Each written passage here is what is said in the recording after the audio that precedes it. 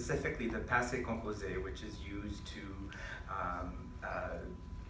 convey actions that are already completed in the past. And the other problem with the passé composé is that there's a choice of two different auxiliaries, either the verb to have, avoir, or the verb to be, être, in this compound tense.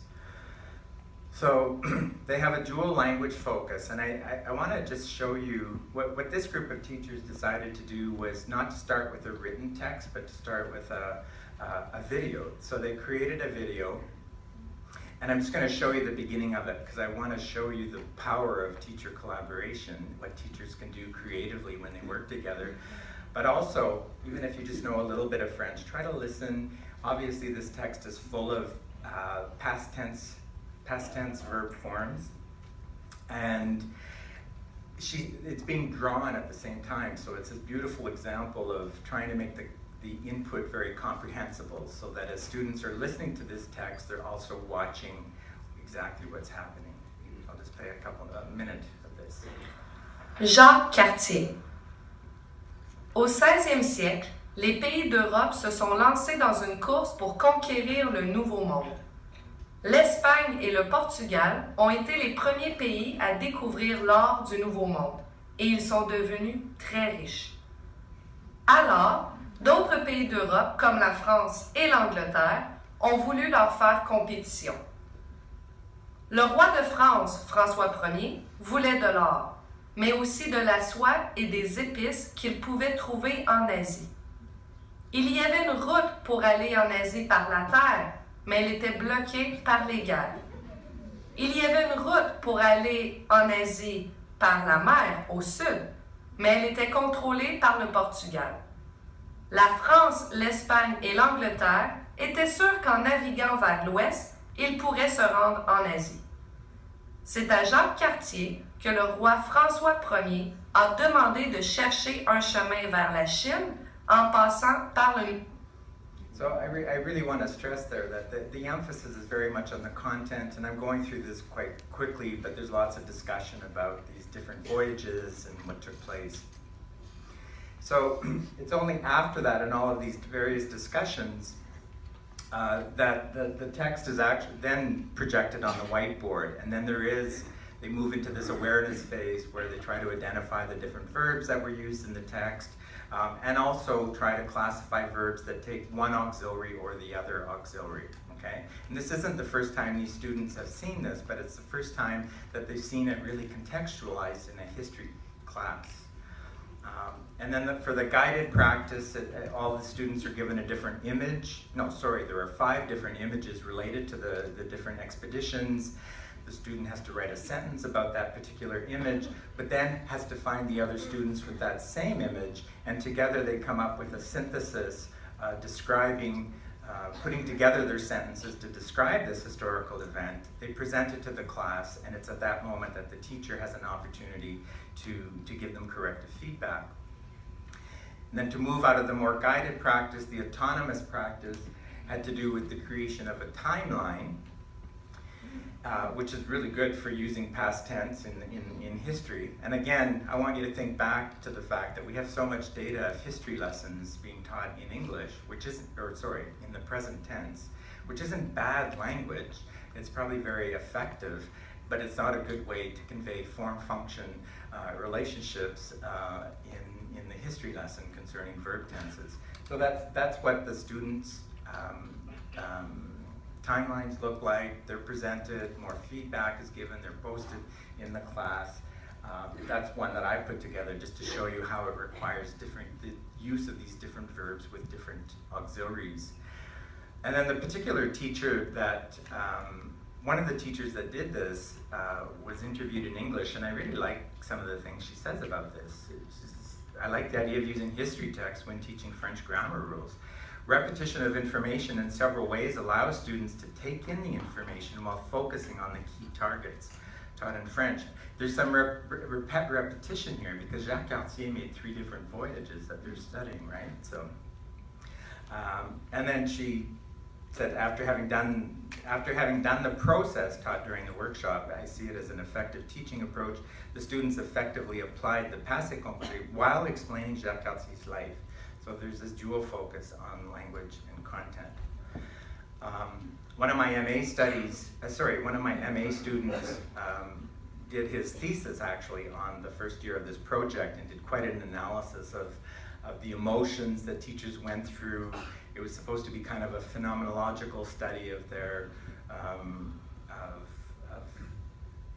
of their experience, of their lived experience, and these are the different emotions or feelings, core feelings that they went through. It started out with, great enthusiasm. Wow, somebody is going to help us here. This is really what we want to do. And feeling some enlightenment too, like, oh my God, here's a visual model I can follow. And then total confusion because they hadn't done it before. They needed lots of models. They weren't sure how to proceed. But then collaboration, they started working together and things got better. And then some satisfaction. And the satisfaction actually came from the implementation phase, the fact that they had to leave the professional development and go and do this in their classrooms and get filmed while they were doing it. As stressful as that is, that was a key component for their level of satisfaction. And then to come full circle though, they left with some reservation in that they felt that it was a bit overwhelming to do this all of the time. And I had to try to convince them that you don't have to do it all of the time, you can do it some of the time. So it's a model that can be used from time to time and not for every single lesson. Time is a big issue, as you know. Anyone that is working with teachers, they say they don't have time. And why the reason that this particular professional development initiative worked was because we had funding from the government that did allow us to release teachers from classes to come to these workshops. And this is what they liked the most, as I said, the visual guide, the collaborative part, and the implementation phase. Okay, I'm going to move into a third phase, also working with teachers. This one is a published study. The previous one hasn't been published yet. And the focus now changes. It's still about getting teachers to collaborate, but it's more about integrated language learning. So what is integrated language learning? This goes back to the work of Jim Cummins and work on bilingual children. And the idea of integrated language learning is that students in these situations, whether they're minority language children or majority language children in an immersion type of program, they benefit from making connections across languages.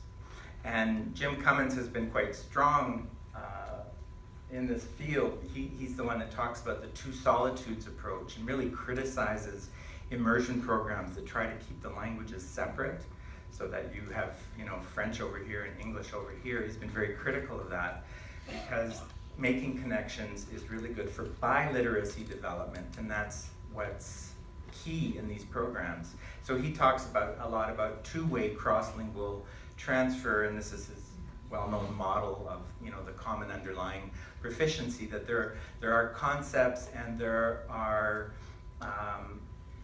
communication strategies that are similar across languages. So if you learn how to read in one language, you don't have to learn how to read all over again in the other language, right? There are a lot of strategies that transfer, and so he says that teachers should really explicitly facilitate this transfer.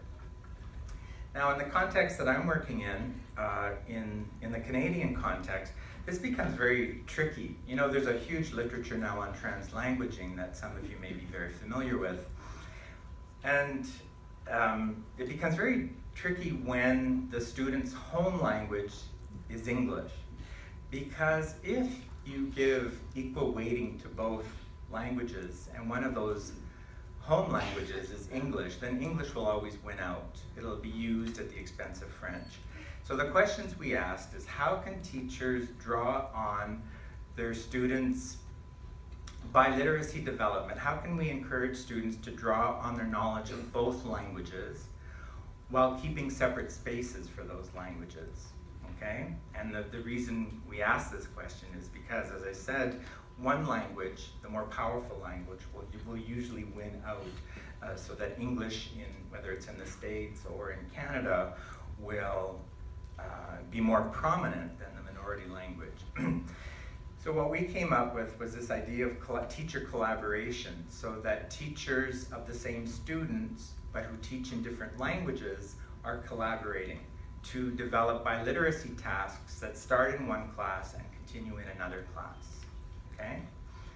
So this involved two different projects. One was a pilot study that was published in Language Awareness, and the fuller experimental study was published in the New Journal of Immersion and Content-Based Language Education. So before I tell you about these studies, I just want to describe the research context. It's a bit, no, I was going to say it's a bit unusual, but I retract that. It's just the normal context. So actually what's interesting is this is the original school board where French immersion began in 1965 in Montreal. And at that point, the student population of these schools was 100% Anglophone. So the typical immersion program involved Anglophone students being immersed in French as a second language. This particular context has evolved and to the point where there are more and more first language speakers of French who are able to attend these programs. And almost a third of them are now French-speaking students. So they're French-speaking students in French immersion, and they're really there to learn English. And the other ones are English students, English-speaking students in French immersion, there to learn French. So it's got a lot of potential, right? It's very rich. And yet the school district wasn't really addressing this issue. So they asked me to come in and give some support to their teachers, and that's what I did. What's interesting is that the context I just described might not sound unusual to those of you living in the US, because it's very much like a two-way immersion program, right? Where you have maybe Hispanic children with Anglophone children in the same classroom. In the Canadian context, nobody wanted to talk about two-way immersion, because the definition is that you usually have a majority language and a minority language, and nobody in Quebec wanted to say which of those languages was a minority language. We basically have two majority languages, so that's it. We don't have two-way immersion, we have one-way immersion, even though half the students are Francophone. So what we decided to do, and I did this first study with Laura Collins and Susan Ballinger, we, with the teachers, designed what we call the Bilingual Read Aloud project, where the teachers we took this series that some of you might know, the Magic Treehouse series, and the French teacher would read a chapter from one of these books in French, and the English teacher would follow up the next chapter in English. And in between, before the English teacher read chapter 2, she would ask the students to basically retell chapter 1, which had been read to them in French, but they had to retell her in English, okay? So the idea here was that this was going to promote a lot of peer scaffolding, thinking that the Francophone children would help. They would be at an advantage if they were read a chapter in French, but maybe at a disadvantage when it came to retelling it, right? So this was very experimental. We weren't too sure how it would work and if this would be helpful. It was something different, and bringing students together using both languages but in two separate classes. We had a lot of data collection. We video recorded everything. We interviewed the teachers and some of the students. We did stimulated recall sessions with the teachers who were watching the videos. The students filled out a questionnaire. I'm just going to give you a sense of what this looked like. Just play a short video where they're reading a book about the eruption of Mount Vesuvius, and they're talking Pompeii, and they're talking about Roman times. And so the word sundial comes up in English, which is a new word for them. They were third graders. And also in French, it's equivalent, cadran solaire. So the point here is that they're really learning a new concept, but it's being consolidated in 2 languages at the same time, but in different classes. So I'm going to show you the French teacher and then the English teacher to give you a sense of what's going on here. Wow! Un cadran solaire! Tu crois qu'en ce temps-là, ils avaient des horloges? Non! Des montres? Non! Des cadrans digitales? Non! Alors, ils avaient, c'est une espèce de cadran solaire. Pourquoi dehors? Cadran solaire. Le mot solaire fait penser au mot soleil. How did they discover time? They didn't have clocks like Miss Mary's wearing a watch. Good, I'm glad there's so many people I have to ask. Oh my goodness, Zachary.